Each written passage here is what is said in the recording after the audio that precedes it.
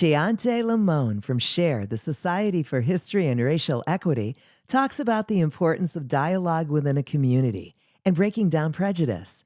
Well, I'm here talking with Chiante Lymon, who's the Executive Director of Society for History and Racial Equity, also known as SHARE. Thank you so much for talking with me here today.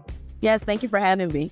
So, Chiante, let's talk about the mission, okay? I mean, what's your mission in Kalamazoo? Well, SHARE has a dual mission. In 2012, we decided that we would tackle two things. One being racial equity. I think that right now, of course, it's a really hot topic in community, but we were thinking about this, 10 years ago around racial equity and what that means to have shared conversations with people in community, no matter your race, no matter your age, and just really how do we find the common humanity in each other.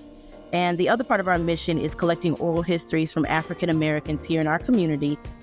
Oh, SHARE. I love the acronym because it's about bringing people together, and you do so many different community events, right? One of them is Taste of Jazz. Yes. And yes, right? And so tell me about, what is Taste of Jazz all about? Yeah, the community gathers, they come together, we talk about jazz music, we talk about the origination of jazz music, how it has affected our culture, how it affects people on a daily basis. It's really bringing together the arts, culture, music, opportunity for people to gather. People kind of take it as an opportunity to kind of let their hair down, right? Like have an opportunity to just gather with each other, have some music, have some fun. We have CEOs and CFOs of organizations down to community members, activists, just people in community. So we have a wide range of people that participate. You think that jazz best represents Black history. Why is that? For me, jazz music was the beginning of, when we think about the Harlem Renaissance, when we think about what we have today and how we listen to music and how we feel music today, it's where it all began for us. I think even here in Kalamazoo, there's a rich history when we think about the Velvelettes that have come from the Kalamazoo community, Battle Creek area,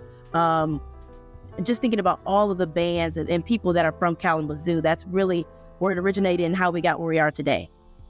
When you think about the arts in general, right, how does having access to the arts, having the arts in a community kind of help break down people's prejudices and barriers?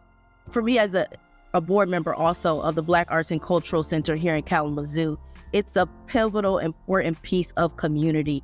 When I think about, like right now, we're in downtown area, having access to community and people that come downtown to our community, being able to see all of the amazing art. The community here in Kalamazoo has a plethora of people that are doing amazing things, all the way down to the youth, and even about like comic books and things like that, making sure that we help young students and youth get to a place where they understand what art is and where creation starts. Even myself, my own experiences when it comes to creativity and where that really lives.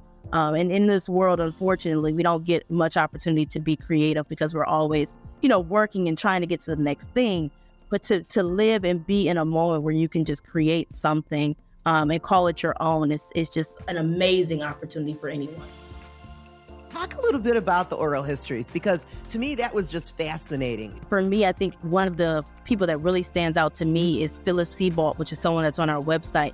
She was the first African-American teacher here in Kalamazoo, Michigan.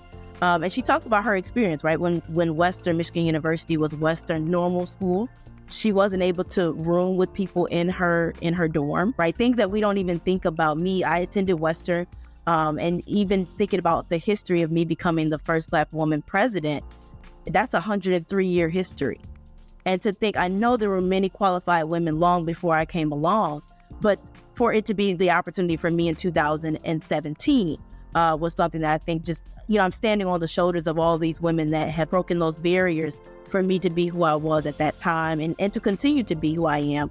So I think just making sure that history doesn't get lost and just making it a more innovative way, right, for people to learn. We know not many people of this generation only have, your attention for 23 seconds. And then to be able to digitize it and share it with people who are young, who have never known those stories. And that's just been one of the bigger projects that we've been working on in collaboration with the institutions in this area on how do we digitize this information and get it to the community and make it something that it's not just in the folders in our office, but it's, we're also looking at how do we make sure that we put this out in community, maybe some touch and go learning opportunities in community that people can touch and see and feel and learn and do some talk back.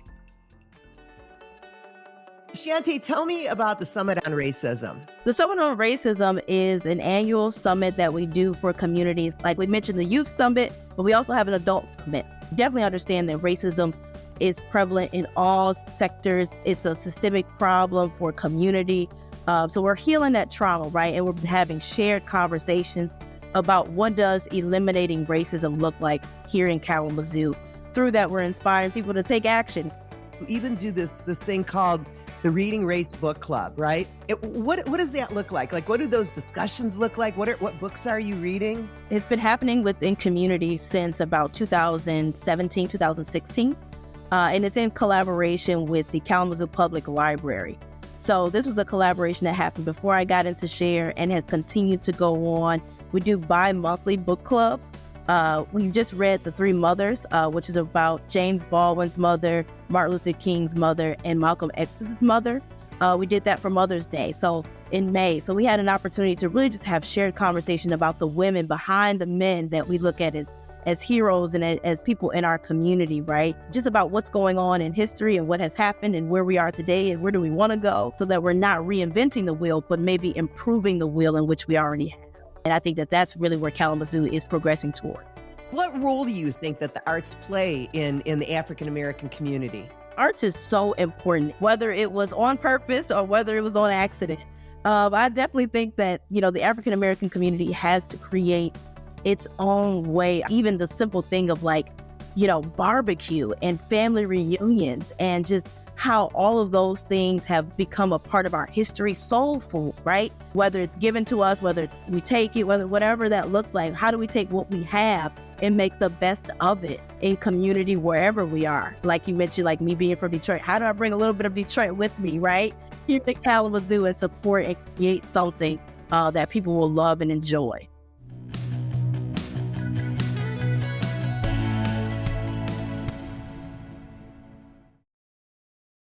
Support for Kalamazoo Lively Arts is provided by the Irving S. Gilmore Foundation, helping to build and enrich the cultural life of Greater Kalamazoo.